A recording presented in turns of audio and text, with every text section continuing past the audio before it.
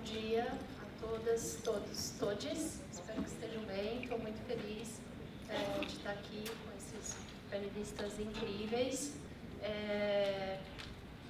Só um minutinho, gente, que eu estou tomando um baile da tecnologia aqui. Pronto. As discussões que a gente viu na mesa de investimento de impacto, muitas delas eu acho que a gente poderia até fazer paralelos para a mesa de filantropia, né? São questões e pontos que a gente vive no dia a dia também, quando a gente fala de capital filantrópico e de mecanismos financeiros para a filantropia, seja para a gente acessar os recursos, seja para a gente potencializar os impactos que a gente realiza a partir do acesso desses recursos. Vou começar aqui com as perguntas. A primeira pergunta vou fazer para a Aline Odara. A Aline é fundadora do Fundo Agbara, que é uma iniciativa, o primeiro fundo, que a gente saiba, né, Aline? O primeiro fundo de mulheres pretas para mulheres pretas, e isso no campo da filantropia, do jeito que foi feito, foi bastante inovador. Como que você vê, Aline, o papel da filantropia negra para influenciar a filantropia, o ecossistema da filantropia nos próximos anos no Brasil? Bom dia, pessoal. Bom dia. Obrigada pelo convite, Silvia. Como a Silvia disse, a gente é um fundo filantrópico, o primeiro de mulheres negras do Brasil. A nossa missão é promover acesso a direitos econômicos, lutar por justiça econômica para mulheres negras. E a gente teve a oportunidade de contar com a Cital no início da nossa trajetória. A gente está no início, né? A gente tem 3 anos, mas assim, mais no início ainda. A Cital foi uma parceira muito importante para a gente, que conseguiu nos ajudar a colocar o nome do Agbara num cenário de muito mais credibilidade. Então, muito obrigada, super simbólico para mim estar aqui hoje. Bom, filantropia negra. O que é filantropia negra, né? Acho que a gente precisa começar a repensar também o que é filantropia, né?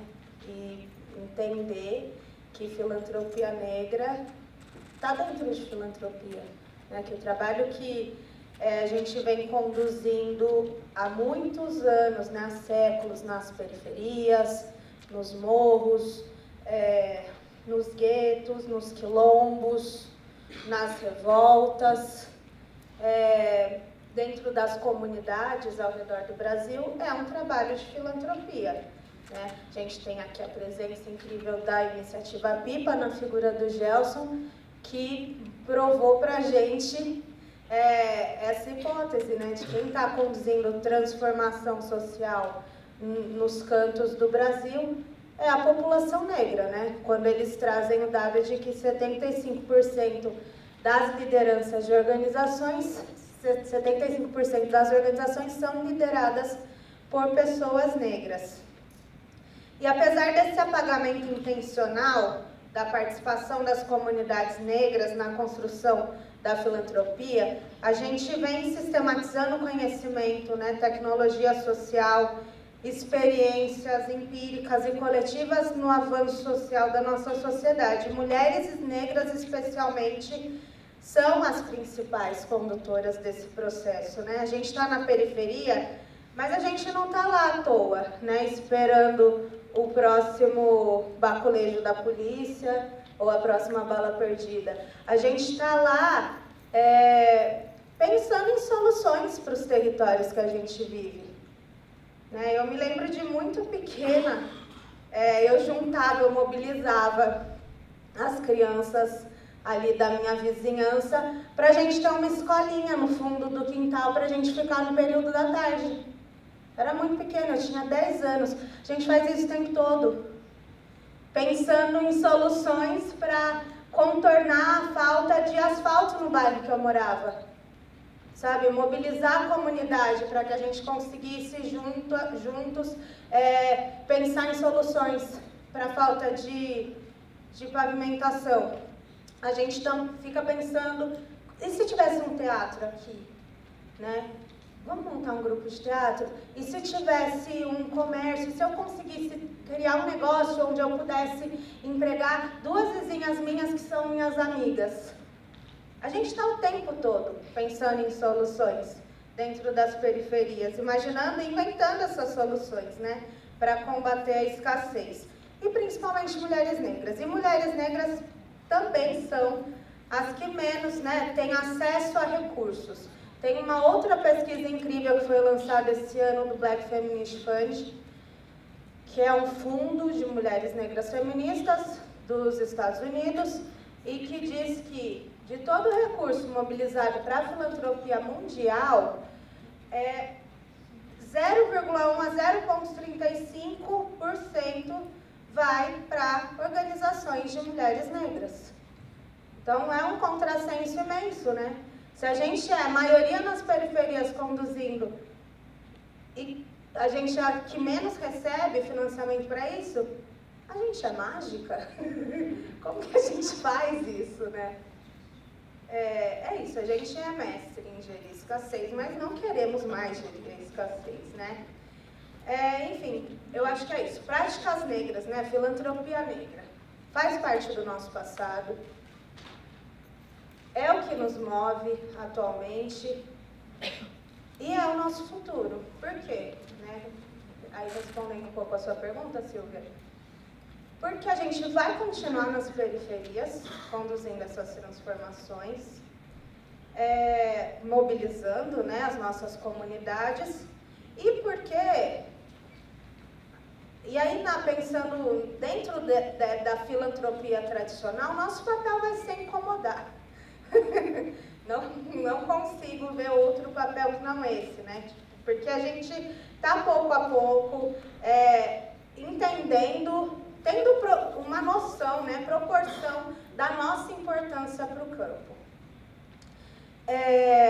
A gente está conseguindo entender o valor do nosso trabalho e a gente quer ter as condições adequadas, né? A gente tem cada vez mais a compreensão de que ninguém faz melhor, né? Ninguém conduz transformação social nas periferias melhor do que a gente. Então, acho que é trazer esse incômodo e essas reivindicações para a mesa, e esse vai ser o nosso papel, e a Libara trabalha bastante para isso, fortalecendo organizações que são menores do que a nossa, promovendo, né, ajudando a pensar e criar novos fundos também. Né? O papel do fundo é muito importante também, porque, né, de fundos temáticos independentes. Porque os recursos chegam e a gente que tem uma origem muito parecida, a gente que está preocupada em incluir no nosso conselho, por exemplo, mulheres que são da nossa rede. Então, a gente consegue criar metodologias de distribuir os recursos que são muito mais adequadas para o que as comunidades precisam. Então, a gente vem fomentando cada vez mais a criação de fundos. E a gente lançou agora o nosso núcleo de pesquisa e memória, e a primeira pesquisa vai ser sobre filantropia negra, né? A gente já começamos a trabalhar esse mês em cima disso, é uma pesquisa que deve durar 1 ano, muito ambiciosa.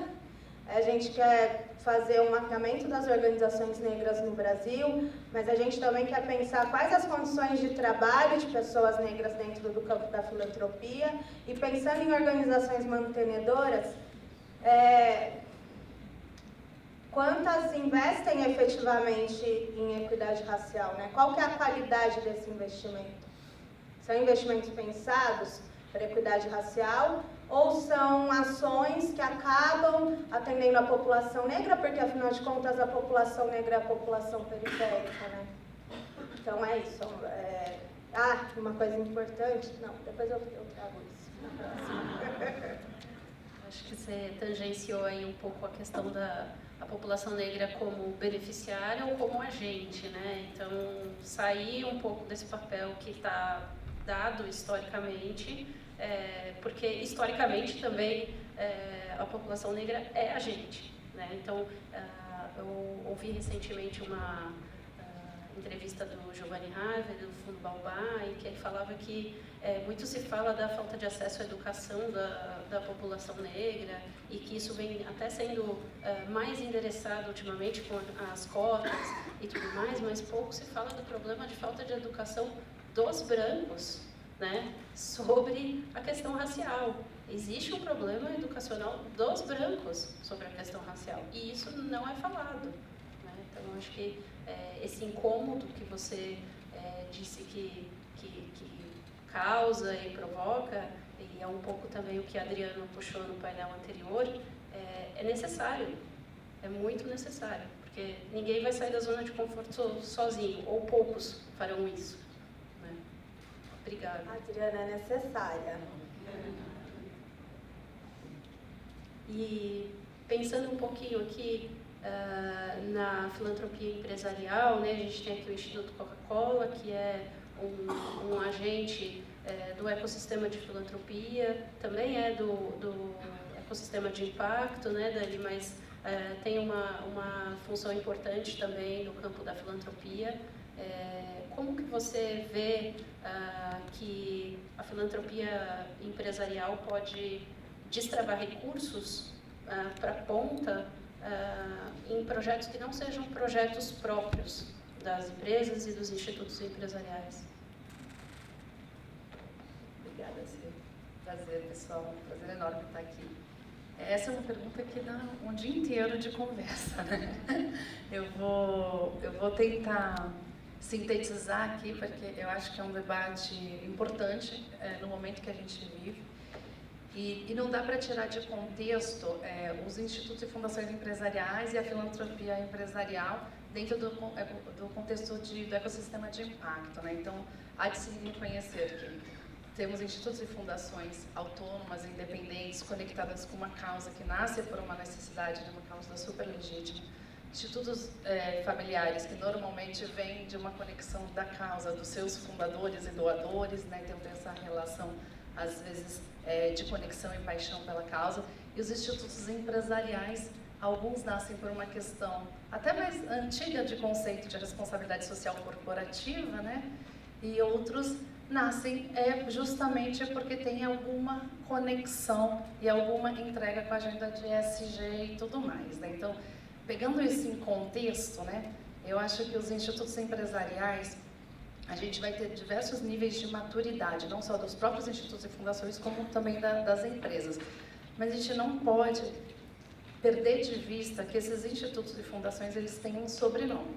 E esse sobrenome, ele joga muito a favor do impacto ou não, dependendo de como a gente usa essa ferramenta. Então, no nosso caso, a gente tem também uma assinatura Coca-Cola dentro do instituto. Então, muitas vezes a gente vai para um debate e as pessoas nem reconhecem que é um instituto ou uma fundação, e sim a empresa falando. Então, essa simbiose, ela tem que estar posta, porque é inerente à natureza do nosso negócio. Mas como que a gente faz para destravar, que eu acho que a tua pergunta é muito importante. Uma coisa que quando institutos e fundações, e contando um pouco do nosso histórico, cria essa consciência, a gente tem uma oportunidade de diálogo dentro do mundo corporativo, e está dentro do que o Léo falou sobre os trilhões que não estão destravados, e o que a gente recebe hoje para a filantropia de forma geral no ecossistema é pífio, dado todo o investimento e recurso disponível no setor privado e na economia de forma geral. Os institutos e fundações, eu vejo que tem uma importante interlocução de diálogo estratégico dentro das corporações. Essa linguagem que a Adriana trouxe muito vale também para o mundo corporativo versus o ecossistema de impacto, que nem sempre essas traduções, esses links são feitos. Então, quando a gente vai falar como acessar mais recurso, agora recurso financeiro, tá? Mas existem outros tipos de recurso. Essa interlocução e essa levada de dentro para fazer as conexões estratégicas com o negócio é fundamental. E a gente consegue realmente destravar, e acho que tem um caminho muito importante de fazer esse deparo. E aí tem um segundo ponto, uma vez que vem esse recurso, e às vezes a gente consegue destravar recursos que antes não destravava por conta dessa linguagem estratégica, como a gente transfere isso para o ecossistema. E aí é uma conversa também fundamental, que é um pouco dos mecanismos, e a tua pergunta que tem a ver com o programa proprietário. Programas proprietários é a linguagem que o setor corporativo entende, de que é o mundo de ter os seus próprios produtos, seus próprios serviços, né, essas conexões. E em vez de negar isso, o que a gente faz às vezes é criar uma roupagem onde você empacota, e não necessariamente você está trabalhando com programas proprietários, mas você tem um arcabouço ali e alguma conexão com marca que é importante para o negócio. Outra parte, você faz totalmente o que a gente fala na linguagem corporativa de unbranded, sem marca. E aí sim você consegue ter autonomia e dinamismo para trabalhar. E mesmo dentro dos programas que a gente chama, vou chamar entre aspas, de proprietário, você consegue ter interlocução favorecendo organizações de base, como o ponto que você está trazendo. Você não precisa necessariamente executar tudo o que você faz. Você consegue, através de programas chamados proprietários ou de marca, né, branded, né, que é um nome que a gente traz às vezes, destravar para lideranças comunitárias que jamais receberiam recurso. Outra parte que é importante para mim dos institutos e fundações empresariais é se colocar também numa perspectiva de inovação social. A gente tem mais liberdade para inovar, para traduzir essas coisas, inclusive para, por exemplo, fazer o investimento de recursos não carimbados. Às vezes as organizações recebem recursos anuais, que já é muito difícil de você fazer impacto com recurso que você só tem previsão de perspectiva de usar em um ano e não multi-year, não com muitos anos, 3 anos de investimento. Então, os institutos têm essa possibilidade. Se tiver esse clique ligado, né, porque sempre vem muitas regras e cabe a gente quebrar essas barreiras e destravar, investir em recursos na gestão dessas organizações para que se fortaleça essas lideranças. Investir em programas de aceleração que a gente consiga realmente catalisar. Então, dá para brincar nesse combo de usar diferentes mecanismos financeiros. Então, de um lado, você tem a interlocução com o negócio, que vai estar um pouco mais com a cara corporativa, vamos dizer assim, ou de programas proprietários, enquanto tem um mundo que você vai acontecendo, porque você ganha também essa liberdade. E aí você consegue também, dentro da empresa, eu falo por experiência própria, coisas que às vezes o negócio tinha medo de investir, porque o negócio não é o negócio dele fazer filantropia, né? Ele tem um outro core, né? No nosso caso, vai trabalhar com bebidas. Então é um terreno que ele vai para o tradicional. Ele não arrisca, ele não toma risco. Então o Instituto e Fundação tem essa capacidade de tomar riscos. Então isso é muito importante levar em consideração os institutos e fundações como esse laboratório. Eu falei dessa interlocução entre mundos aqui, mas só para não perder, eu acho que foi o Gabriel no painel anterior, tem uma questão dos tempos. Os negócios, eles têm tempos, assim, que beira relatórios diários, assim, é uma coisa sinistra. E o impacto é tomar tempo para mostrar resultados, então, e precisa de consistência. Fazer essa interlocução entre os mundos, às vezes o Instituto Empresarial consegue ter essa habilidade, porque a gente sabe, e eu vou falar toda a linguagem corporativa quase propositalmente, porque isso faz sentido nos diálogos. Então, quando a gente fala quick wins, né, que é jogar, o que eu consigo entregar, que até a Adriana trouxe aqui, que são dados básicos, né, de pessoas formadas e não sei, a gente sabe que isso não impacta. Eu formar pessoas não é o resultado da minha ação, né, ele é só um indicador base. Mas esses diálogos ajudam a gente a avançar com as agendas, ganhar consistência para investimento de longo prazo. Então, os tempos têm que ser postos, a colaboração, que eu acho que foi alguém do painel passado, foi o Gabriel também de novo, não me lembro. Para mim, a gente fala colaboração até a página 5, gente. Quando você vai falar de mundos privados e terceiro setor, a gente precisa descer no nível que eu acho que fundações e institutos empresariais têm esse papel de tocar num ponto sensível que é dinheiro. Assim, a gente está falando aqui, mas assim, olhar os modelos de negócios e essas sobreposições de causas acontecem porque também a gente só fala em colaboração in kind, né? O que eu tenho de forma que eu posso entregar serviço do ecossistema, mas pouco a gente consegue falar de colaboração profunda em termos financeiros. E eu acho que esse diálogo ainda é tabu, inclusive entre os institutos empresariais, e a gente pode avançar muito com isso e reconhecer que organizações independentes, né, como a da Aline, tem um outro lugar de fala, né, para alavancar recurso, e acho que a gente tem que trabalhar juntos sobre isso. Tem uma parte que a gente tem um diálogo. Isso eu experimentei pessoalmente bastante no último 2 anos, mais ou menos, que com outras empresas de grande porte, o diálogo quando é um instituto empresarial é bem diferente, assim. Porque você carrega um sobrenome que traz, de certa forma, um endosso. A gente participava e financiava para que as organizações também fossem no diálogo com as outras empresas grandes. E a gente percebeu que para destravar esses recursos, mas ia num outro ritmo. A gente decidiu entrar nas conversas de forma bem proativa e tocar na ferida da destrava do recurso financeiro com outras grandes empresas. Levou um tempo para construir relação de confiança, mas depois de umas 4 ou 5 reuniões com cada empresa, a gente vê um potencial enorme de destravar, e principalmente, às vezes, as empresas que estão no B2B e tudo mais.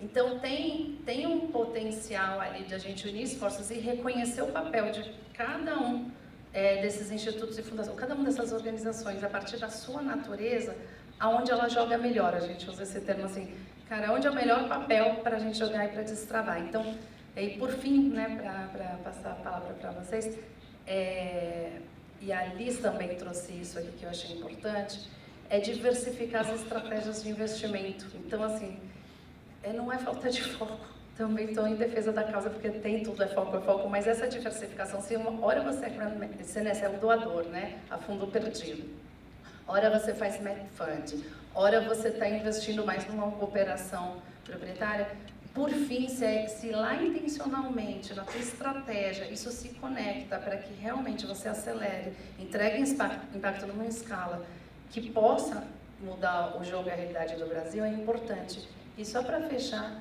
a gente como sistema, e foi falado bastante aqui sobre a gente tem que desafiar os modelos de negócio nossos, os nossos modelos de negócio, inclusive como institutos e fundações e organizações sociais. A gente pouco se desafia a mexer nos modelos. Então, os modelos ainda estão muito ligados às perspectivas de 10, 15 anos atrás, não só em termos de captação de recursos ou de distribuição de recursos. Mexer nessa estrutura mais profunda dos negócios, que mexe na estrutura de uma organização inteira, e não é fácil, é muito dolorido. Mexe com nossos times, mexe com tudo, é fundamental porque isso precisa ser feito de dentro para fora, senão dificilmente a gente vai conseguir a escala que a gente precisa para mudar a realidade de um país tão desigual. E isso tem que mexer nas profundezas dos nossos negócios, ainda que de impacto, mas dos nossos negócios. É bem interessante essa última reflexão que você trouxe. E necessária. Então, acho que a provocação que eu gostaria de fazer a partir dela, conectando também com uma coisa que você disse, né, que como foi importante a influência de vocês para que outras empresas e institutos empresariais pudessem confiar em projetos que eles desconheciam. A gente não confia em quem a gente não conhece, isso é uma coisa do ser humano. Então, esse papel de fazer essas conexões e que favorece a confiança e criação de vínculos é necessária, né? O que será que precisa para, além de um pouco de desapego e coragem, para desafiar o próprio modelo de negócio, né? Não é uma pergunta que eu espero que haja resposta agora, tá? Fica tranquilo. Pessoal, para quem quiser fazer perguntas, o código do painel está ali. A gente já está recebendo algumas aqui, mas quanto mais melhor. Então, por favor, enviem as perguntas. E agora, para perguntar um pouquinho sobre o papel de recursos internacionais, né? A Fábio está aqui representando uma organização internacional focada em conservação da biodiversidade. A gente passou por uma mudança recente no governo federal. Esse governo se coloca de uma maneira mais alinhada à pauta ambiental em comparação com o governo anterior. Inclusive, a gente tinha tido no governo anterior corte de repasses, por exemplo, o Fundo Amazônia deixou de existir, né? Só para citar um exemplo. Como que você vê agora, nesse novo cenário político do Brasil, os recursos internacionais para a conservação aqui no Brasil, esse fluxo? Como disse... Obrigado, Silvia. Prazer, uma alegria estar aqui com a Aline, com a Dani, com a Silvia, mais uma vez, parabenizar a Cital, e porque, né, Léo, como uma encanadora, fazer 15 anos não é brincadeira, mas brincadeiras à parte, eu estava aqui no evento de 10 anos, então é uma alegria, uma equipe maravilhosa, então celebrar. Acho que o primeiro ponto é dizer que, quando a gente fala em recursos internacionais, assim como foi colocado, acho que pela Aline, qual filantropia, qual recurso internacional, porque tem um leque grande. A gente vai ter um painel seguinte, a Luísa Dalzaide está aqui, acho que ela vai poder falar um pouco na perspectiva de agência de desenvolvimento, que é uma caixinha dentro desse leque, né?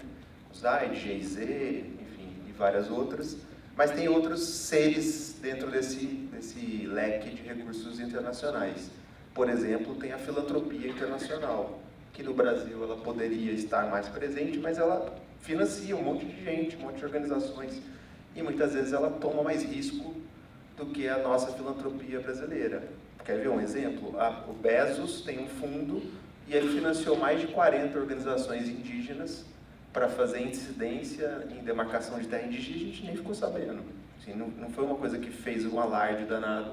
E o recurso entrou, já está nas organizações e elas já estão, né, fazendo advocacy na agenda de demarcação de terras indígenas, que é uma agenda que a nossa filantropia não costuma apoiar. Então, para dar um outro exemplo, tá? Além de fundos, a gente está atuando mais na Amazônia, a gente está vendo um monte de fundos sendo criados, buscando bons negócios, né, projetos prontos e tal. Tem um monte de gente fazendo, tem de tudo, e tem muito recurso internacional vindo, né, como investidor ou co-investidor desses fundos. Então, estou citando 3 caixinhas aqui, mas tem muitas outras. Então, só para dizer que, se alguém que está na plateia tem interesse em se aproximar mais desse braço de recurso internacional, identificar qual a entrada, né, qual dessas possibilidades faz mais sentido para a sua organização. Não é tudo a mesma coisa, longe disso. O segundo comentário é que esse recurso ele é diferente. Ele é um recurso, em geral, na média, mais pesado, mais burocrático, o tempo dele é mais lento, mais do que o recurso brasileiro filantrópico. Então, tem que calcular isso também, né? Qual que é o approach que você vai fazer, quanto tempo demora os processos para você acessar o recurso. Não é qualquer organização que tem condição de acessar esse recurso, porque você tem que ter um compliance, né, de primeira prateleira, isso custa caro, você tem que ter uma governança X, enfim, você tem que ter um monte de coisa que inviabiliza para muitas organizações. Eu concordo com isso? Não concordo. Estou constatando a realidade, tá? Obviamente, estou falando numa média, né? Tem casos e casos, eu citei da Bezos aqui, que organizações de porte mais mediano, indígenas, conseguiram acessar, mas depende do parceiro, você não consegue. Terceiro comentário sobre o cenário Brasil. Acho que muitos devem ter visto, se não viram, recomendo o discurso que o Lula fez na ONU, na abertura da Assembleia essa semana. Acho que fica muito claro ali. Primeiro, o Brasil tem que fazer a parte dele, não dá mais só para falar, os países desenvolvidos emitiram e a gente precisa de dinheiro. Tem um componente de pidão, precisamos de dinheiro, mas tem um componente de, a gente precisa mostrar resultado. Né? Acho que, até abrindo um parênteses, essa semana saiu aquele programa da TV Cultura, o Provoca, do Marcelo Taz, ele entrevista o Tasso Azevedo, que é o cara que concebeu o Fundo Amazônia. E ele conta isso, qual era a motivação que estava lá em 2008, quando o Fundo Amazônia foi criado. Basicamente não podemos pedir para os gringos dinheiro se a gente não mostrar algum resultado. Então vamos começar a baixar o desmatamento e dizer, olha, tá vendo? Estamos mostrando o que a gente consegue fazer, agora precisamos de recursos. É um pouco o cenário que a gente está hoje. O Brasil é um player, sempre foi na agenda climática, ambiental, um player importante. Sempre foi, continua sendo. Então ele tem um papel nesse jogo, e ele, de certa forma, está retomando esse lugar de ser uma liderança mais ativa e que tem tarefas caseiras, domésticas, nacionais a serem feitas. E muitas, né? Então, tem um pouco esse lugar. Para fechar, o recurso internacional, dessas várias possibilidades, para onde que ele vai? Para onde que ele está indo? Que eu acho que é uma boa discussão que já foi feita aqui, uma pincelada no painel anterior, que a gente está buscando negócios prontos, os melhores projetos, né, as organizações que estão mais robustas, ou a gente está buscando apoiar aquelas organizações que estão com mais dificuldade de se estruturar, né? Acho que essa é uma questão que a gente precisa refletir. Em geral, o recurso internacional ele tem um pouco mais de abertura para apoiar esses temas mais bola dividida, apesar do pacote burocrático. Mas há maneiras de fazer o recurso chegar. Exemplo, bom, o Fundo Amazônia que eu já citei, ele é todo recurso internacional, mas ele é BNDES e ele não chega tão facilmente a organizações menores. Está lá o relatório, eu recomendo, o relatório de 2022, está lá todos os projetos que foram apoiados, né, toda a lista, todo o recurso que foi, acho que é bem interessante, e é o recurso alemão, da Noruega e outros financiadores. Foi falado aqui no painel anterior, a Alice mencionou a AMAS, né, a aceleradora da Amazônia, negócio de impacto. A AMAS hoje tem investidores nacionais, brasileiros, mas ela anteriormente teve recurso da USAID, por exemplo, que permitiu com que ela chegasse hoje e se tornasse uma aceleradora.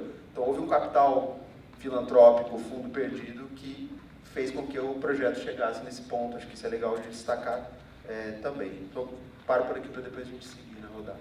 Obrigado.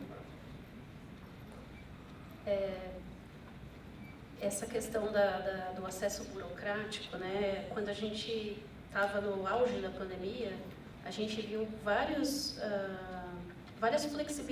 flexibilizações desta burocracia. E alguns de nós até nos iludimos achando que depois da pandemia isso ia ser uma tendência, né, na filantropia.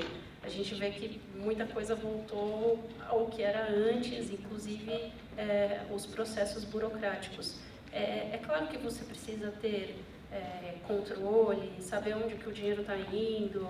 Tem essa questão dos tempos também, que foi trazida no painel anterior e relembrada aqui, porque quando você está falando de recursos institucionais, e aí sejam eles nacionais ou internacionais, via de regra você vai recebendo em parcelas e você tem que prestar contas da parcela anterior para receber a parcela seguinte. Né? E até aí tudo bem, porém não dá o tempo suficiente para você fazer uma aferição de impacto, você vai ter alguns indicadores de resultado, né? Então existe também um próprio contrassenso que vai na linha do que a Dani falou, de desafiar os próprios modelos, né? Então como que a gente pode, a partir da experiência que a gente teve na pandemia, aplicar isso agora, né? E aí já vou engatar uma pergunta que é para os três, essa é para os três também, mas ela é uma pergunta que tem o desdobramento, né? Eu aqui tomando o baile de novo da tecnologia, gente. 2 dispositivos é demais para mim. Para que tipo de arranjos, né? A gente teve além de ter uma flexibilização de burocracias e prestação de contas e tudo mais, então, tudo bem se você não me der cada nota fiscal, para mim o importante é que você tenha atendido aquelas pessoas que eram uma lista de presença, sei lá, alguma coisa assim. Como que, depois do boom de fluxo de recursos que a gente viu na pandemia, é claro que esse boom também, ele não foi para todas, teve muitas organizações que morreram, né, literalmente quebraram e tiveram que fechar suas portas, mas, em geral, a gente teve um fluxo de recursos filantrópicos muito grande durante a pandemia e está havendo uma certa ressaca agora, né? Então, se esperava ou era desejável que aquele nível de recursos continuasse naquele volume e ele caiu muito, está todo mundo do setor sentindo isso, né?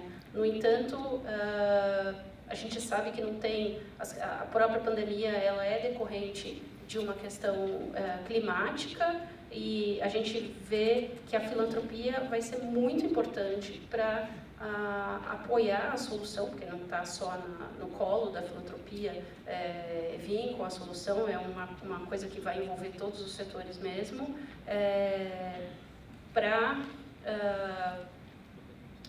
destravar o capital para minimamente conseguir, de forma assim, minimamente satisfatória, atender aos desafios climáticos que a gente tem experienciado, né? Léo comentou aqui no começo do calor, tem lugares com frio extremo, enfim, que tipo de arranjos vocês acham que a filantropia pode fazer, pensando já nessa experiência recente que a gente teve durante a pandemia, para que o recurso realmente flua?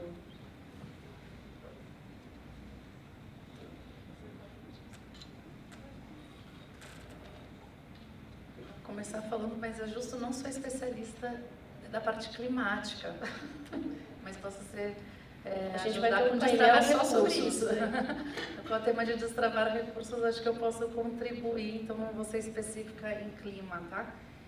Uma coisa que a gente foi se especializando, eu pessoalmente já fui estudando, importa muito a origem do recurso. Isso muda todo o diálogo com quem está investindo. A origem do recurso, o que eu quero dizer com isso? Ela pode, por natureza daquele dinheiro, da natureza daquele recurso, ele ter travas inerentes à sua origem. Então, vou dar um exemplo. Quando a gente está falando de fundações internacionais, principalmente baseadas nos Estados Unidos, eles têm uma lei, que eu nunca lembro o número da bendita lei, e tem 1,5 milhão de travinhas e não sei o que de regras, porque é uma questão fiscal legal americana, não é nem só a boa vontade das fundações, organizações americanas que fazem a doação. O que a gente faz nesse capítulo onde vai um dinheiro muito restrito é entender, sem que violar nenhuma regra, como a gente usa a criatividade e a inovação para isso. Então, realmente, organizações pequenas não acessam, porque o nível de compliance é uma coisa bizarra. E aí a gente tenta ver outros intermediários, a gente fez algumas parcerias com o CITAG, com o Instituto FI, para que chegue nas organizações de base e ali você vai construindo o caminho. Então, a parte criativa em recursos travados ou com muita restrição, por N questões, nem vou entrar na questão da intenção, né, mas por trava legal, é um caminho. O outro ponto da moeda, para mim, são os temas quentes. Quando você vai falar com quem é dono de capital ou com empresas que tá com muito recurso, e a gente vê pouquíssimo recurso para pauta de impacto social ou ambiental, mas muito recurso para eventos, para negócios, você que fala assim, não é possível que esses trilhões não se canalizem. E aí é surfar onda, se a linguagem é ESG, adequa, e vamos falar, e aí você tem que, realmente é um exercício de construir. Idealmente, queria trabalhar só para a intenção. Eu falei num outro fórum recente, antes eu julgava muito as intenções de quem doava o dinheiro, tá? Por que está doando? E eu pessoalmente tinha um julgamento na intenção daquilo. Eu deixei de ter, eu acho que desde que invista, a gente canaliza, e a pessoa também que está doando, ou a entidade que está doando, vai também ter o processo de evolução e consciência dentro desse mundo. E a gente talvez tenha que sair do óbvio. A gente vem mapeando lá dentro do Instituto Coca-Cola quem são os outros interlocutores que não é o óbvio, por exemplo, como a área de ESG ou as áreas de sustentabilidade de uma empresa, ou as áreas, sei lá, até de relações governamentais, que normalmente fica tudo junto. Quem são outros interlocutores dentro de uma empresa que pode fazer sentido a gente conectar? Então, tem um capítulo que é super polêmico, mas eu vou colocar aqui só para vocês pegarem o gancho. Por exemplo, marketing de causa. Aí você vai falar, pô, mas aí os caras querem fazer greenwash, mas é a nossa responsabilidade que o greenwash não aconteça. Mas marketing tem um recurso que nem se compara às áreas de ESG de uma empresa. Assim, é outro patamar de diálogo e conversa. Se vocês acessam, é menos óbvio isso. Às vezes a gente vai mais, eu vou falar com a diretora de diversidade e inclusão, de ESG, que é o mais óbvio, já está conectado, já fala a minha linguagem. Mas se você consegue caminhos dentro de uma equipe de marketing que realmente, pessoalmente, hoje as pessoas têm todos os dados disso, querem se conectar com o propósito e tudo, e cabe a gente, que somos os experts no impacto social, garantir que isso não vire um greenwash, garantir que isso não se perca ou não seja, né, vá para uma coisa mais fútil. Então, essa parte criativa e essa origem, e um ponto específico, normalmente o recurso que vem dessas áreas de negócio são livres. É o oposto do dinheiro filantrópico. O oposto. Não me pergunte se eu concordo não também, mas é a vida.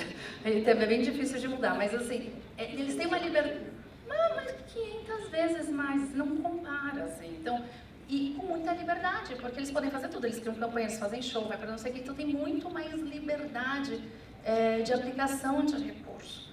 Então, é uma coisa para a gente, às vezes, como grupo, né, do ecossistema, é ampliar os diálogos. E aí o nosso esforço é adequação de linguagem. Falar a língua tão bem que eles entendam e vice-versa, mas é isso.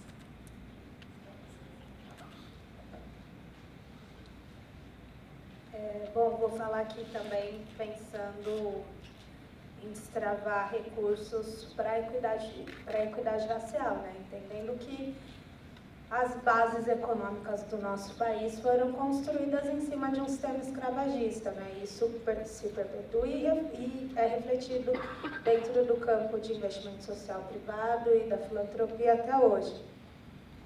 Mas também lembrando que a população negra é a população que mais sofre com as questões de justiça climática, racismo ambiental. E aí, pensando em como democratizar mais, né, esses recursos, eu acho que, bom, não vou falar nada novo aqui, nada do que a Adriana não esteja falando há uns 20 anos, pelo menos. Água mole em pedra dura, tudo essa é a nossa esperança, né?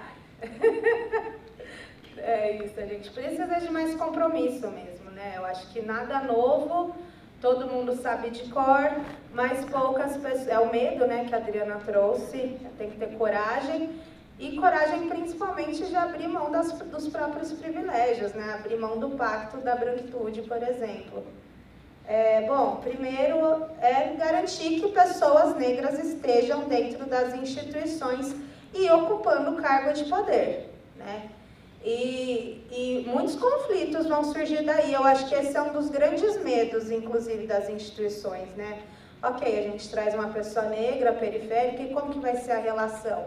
Vai ter muito conflito, vai ter muita treta, mas a gente precisa parar de evitar os conflitos, né? Porque é daí que as mudanças surgem. A gente vive nessa ética, que é uma ética cristã muito maniqueísta, né? Então, ou bem ou mal, e aí ninguém quer se identificar com o mal, né? Todo mundo quer ser bom.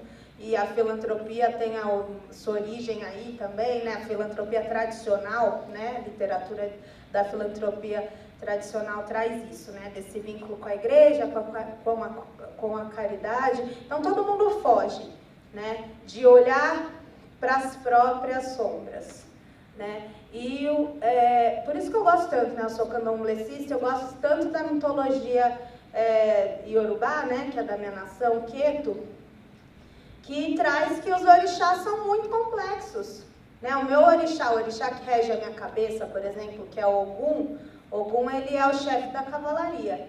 E ele conduz o povo para a vitória, mas ao mesmo tempo ele tem a cabeça muito quente. E ele é capaz de matar todo o seu povoado sem pensar. E ele faz isso. Então, é isso. A partir dessa complexidade, a gente tenta trabalhar as nossas sombras, né? Entendendo quais são as nossas sombras, quais que são os desafios. E na sociedade que a gente vive, não. A gente tende a recalcar e jogar tudo para baixo do tapete, a gente não trabalha os conflitos. Então, não vai ter avanço em equidade racial se não tiver conflito. As pessoas tendem a não compreender, né? Tendem a compreender as coisas a partir de uma experiência vivida. E geralmente tem que ser uma experiência mais marcante. E é uma experiência conflituosa. Só um minuto que eu tenho minha cola aqui, porque eu sou uma liderança em construção, né? Para mim não é um ambiente super confortável.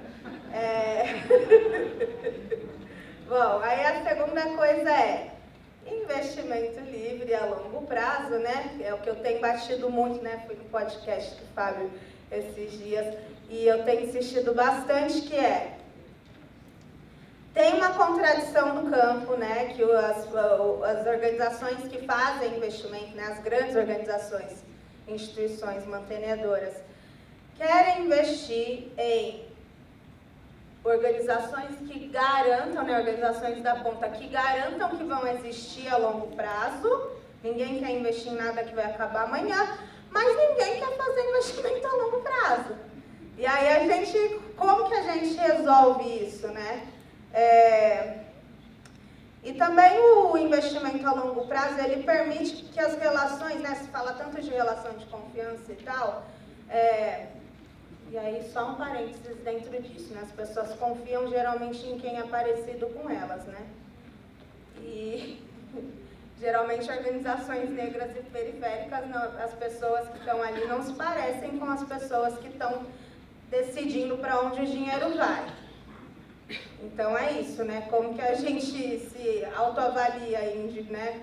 Como que a gente faz essa reflexão sobre em quem eu confio ou não. É isso, a transformação depende de tanta coisa material e subjetiva, né? E uma delas é isso, né? Uma revisão de si. As pessoas têm que se rever. Mas o investimento a longo prazo, ele possibilita uma relação de mais honestidade entre organizações doadoras e organizações que recebem. Porque, né, a Guibara é uma organização que tanto recebe quanto doa, né, é grant maker também, mas a gente está recebendo. E aí, se eu não tenho a garantia de que um investidor X vai continuar doando para mim ano que vem, e qualquer situação de conflito aconteça entre a gente, e os conflitos são importantes para permitirem com que a gente, né, se desenvolva, eu não vou gerar conflito. Eu vou me calar, porque eu vou ter medo, né? Será que ano que vem eu vou receber esse recurso de novo? Isso já aconteceu com a gente, e mais de uma vez. A gente se calou, e aí todo mundo deixou de se desenvolver na situação, porque a gente não sentiu confiança em poder falar. E a confiança, ela tem que ser dos dois lados. Não é só, né? Me incomoda muito isso. Já tem que ter relação de confiança. Tá, mas para qual lado? Porque eu também quero confiar. Eu também quero confiar em poder falar e não sofrer retaliação por isso. Eu também quero confiar em poder colocar uma mulher, que é uma iniciativa, né, uma mulher negra da nossa rede em contato com o financiador e ter garantia de que ele não vai gerar uma microviolência para essa mulher, que também já aconteceu. Então é isso, né? Tipo, confiança para quem? Então é isso, investimento livre e a longo prazo. E o terceiro elemento que já foi falado aqui, né, na mesa anterior, que é as organizações que devem ser as pessoas, né, dizerem o que é impacto, né? Impacto é subjetivo, como que a gente mede, o que é importante, né? Na Guibara a gente tem pensado cada vez mais que a gente precisa adaptar a nossa metodologia para as especificidades do que a gente valoriza, né? Como que eu vou conseguir comparar o desenvolvimento de uma iniciativa que trabalha na rua, né? Enfim, uma baiana que vende acarajé e uma mulher que já tem 2, 3 lojas e pensa num modelo de franquear. Como que eu vou comparar essas duas organizações? Não pode ser pela receita, não pode ser pela ambição. Tem que ser a partir do que ela entende sobre desenvolvimento. E não do que alguém de fora entende sobre desenvolvimento, né? E é isso, pensando em população negra que vem sofrendo há mais de 400 anos uma exclusão sistemática e uma subalternização das nossas subjetividades, que é a colonialidade, né? Que é sistemática também.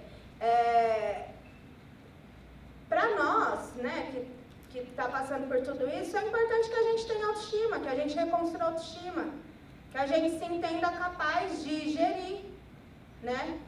E sem autoestima a gente não consegue. Ninguém é líder sem autoestima, gente. Então, para a gente é importante medir autoestima. E como que a gente mensura a autoestima, sabe?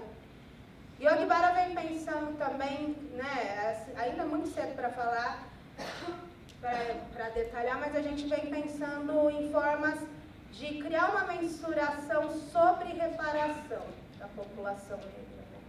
Então, pensar como que seria a falta da população negra no país, né? Quais seriam as consequências disso, Ou quais são as consequências, né? Conseguir mensurar com o número quais as consequências dessa falta de investimento pós-abolição na população negra. A gente precisamos de financiamento para isso, hein, gente? Mas vai ser grande. É isso.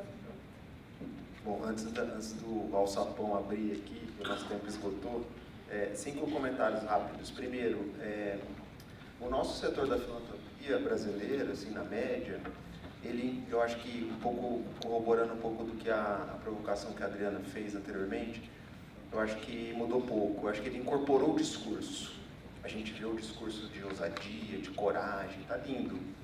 Mas a gente vai olhando com a lupa, a gente vê pouca mudança, assim, nas estruturas de governança, de operação. Mudou, e aí o pós-pandemia foi meio decepcionante, assim, sabe? Que se prometeu uma coisa e hoje se entregou pouco. Entregou alguma coisa, mas muito menos do que se prometeu. Então, acho que esse é um primeiro comentário. Uma pena. Pelo menos o discurso mudou, mas a operação está longe de mudar. Acho que um segundo é que, assim, acho que a Dani trouxe isso, e quem está nesse lugar que fica fazendo a ponte com a empresa e a sociedade civil, né, e a ponta, é um lugar muito difícil. E a gente que está nesse lugar, né, ou já teve, a gente geralmente toma porrada. E eu acho que tem uma parte de razão, porque é a pessoa que está ali representando aquele instituto corporativo e tal. Só que sempre pode piorar. Você sempre pode trocar e botar uma pessoa do marketing nesse lugar, né? Que é o pior dos mundos. Nada contra os profissionais de marketing, tá? Mas eu estou falando pela média, né? Então, assim, eu acho que a gente tem que saber bater e, ao mesmo tempo, saber dialogar, fortalecer as pessoas que são, de certa forma, pares, que estão em lugares estratégicos, que a gente precisa entender também que tem várias dores ali de dentro, quem está ali dentro operando. Então, acho que eu queria também trazer um pouco esse olhar aqui, de trás do balcão, assim. No terceiro ponto, a Aline comentou, eu também tenho um podcast independente, depois abram aí o seu tocador, Impacto na Encruzilhada, e a Aline esteve lá já. E o último episódio que está no ar foi do Vitor Del Rey, do Gueto, e ele falou muito de ancestralidade, me veio a hora que eu escutei a Aline, que é assim, pô, vocês estão inventando aí economia circular, um monte de termo novo. Falou, cara, a gente já faz isso há muito tempo. Então é muito legal poder dizer que a gente está fazendo um rebranding de coisas que já estão aí, a filantropia mesmo, na lógica de se colaborar, né, o apoio mútuo já existe há muito tempo, com outros nomes e tal. Então, acho que a gente tem a humildade de reconhecer que já tem muito saber aqui acumulado. Para fechar, a área nossa de investimento social privado, ela evita o conflito, de fato. Porque se a gente entrar no conflito internamente, a gente vai perder, né, com a empresa. Vai esticar a corda e a gente vai se ferrar. Então a gente tem que esticar, mas não pode tensionar demais. Então isso acaba gerando esse efeito para as relações que a gente tem para fora, que a gente também reproduz essa lógica de, pô, não posso entrar muito no conflito, tem que ser meio sabonete em algumas coisas. E é ruim isso, também não concordo com isso. É isso. E isso a gente é interpretado como o passador de pano, tá? Há casos e casos, tá? No café a gente conversa sobre isso. E para fechar, assim, o capital paciente é ser bonzinho, né? Colocaram aqui na pergunta anterior, eu achei muito boa essa pergunta. Ora, a gente que está nesse setor da filantropia, no fundo a gente não quer ser o bonzinho, não é? A gente não quer ser o herói, o salvador e tal. Quando vem essa questão na nossa cara, de, pô, estão passando a perna na gente ali naquele projeto, isso acontece, tá? Aí a gente fica, puto, mas peraí, mas eu não estou vendendo essa imagem também, essa persona de sou o salvador, olha que legal, você depende de mim, do meu apoio. Então acho que também tem uma ambiguidade que está colocada aqui, que quando interessa a gente veste e quando não interessa a gente pula fora e fica bravo. Eu só estou trazendo também esse ponto, a gente conversa mais no café. Valeu.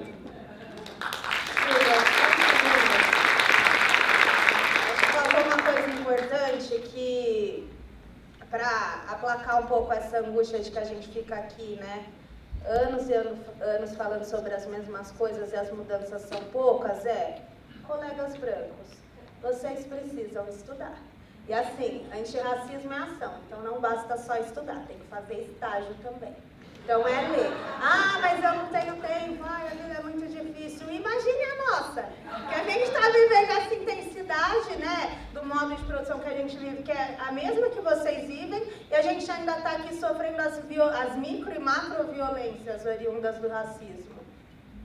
Pra gente é mais difícil ainda. Ah, não tem tempo. Então arrume tempo, é só assim.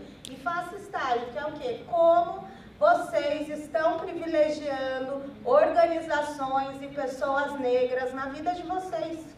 O que vocês têm feito por isso? Cada um. Eu quero que vocês pensem.